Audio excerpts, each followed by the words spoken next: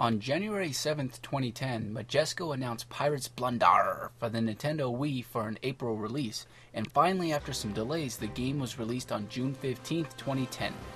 Pirates Plundarrr is developed by Boom Zap Entertainment and published by Majesco.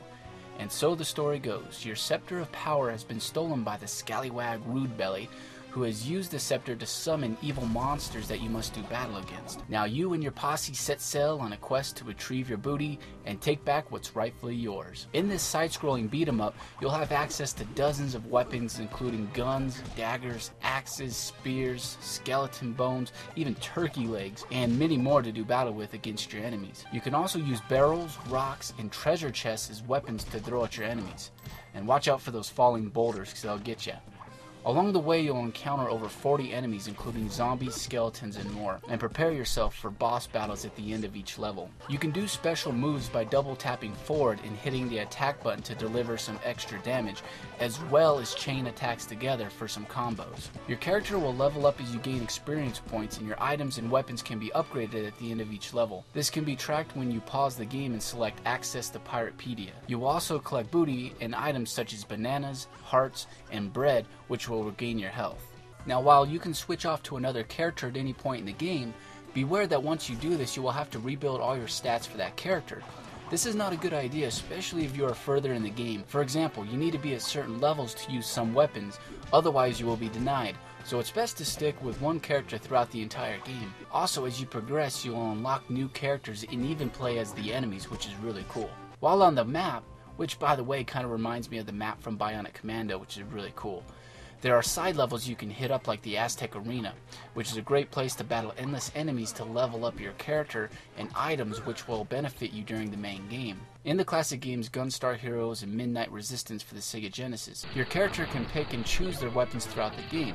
In Pirates Plundarrr, Home Sweet Home on the map allows you to do the same thing, where you can pick the weapons you want, and you can even change the character's clothing before you get into the next level.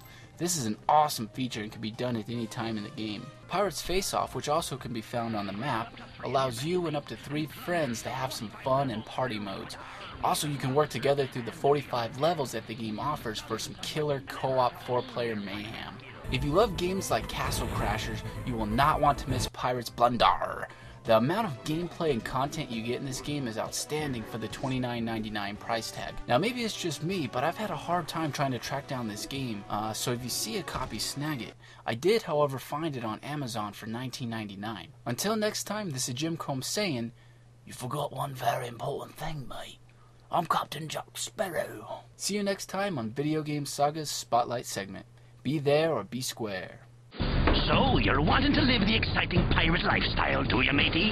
Well, it takes more than wearing a hat and adding "arr" to the end of your sentences. Now, thanks to Pirates Plundarrr, the new beat-em-up game for Wii, it's easier than ever to hone your pirate skills. Grab up to 3 of your best mates and plunder through 45 levels filled with armies of monsters and the undead.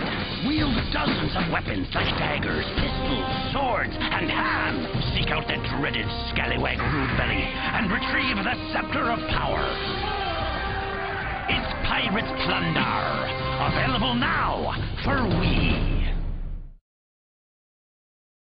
Well done.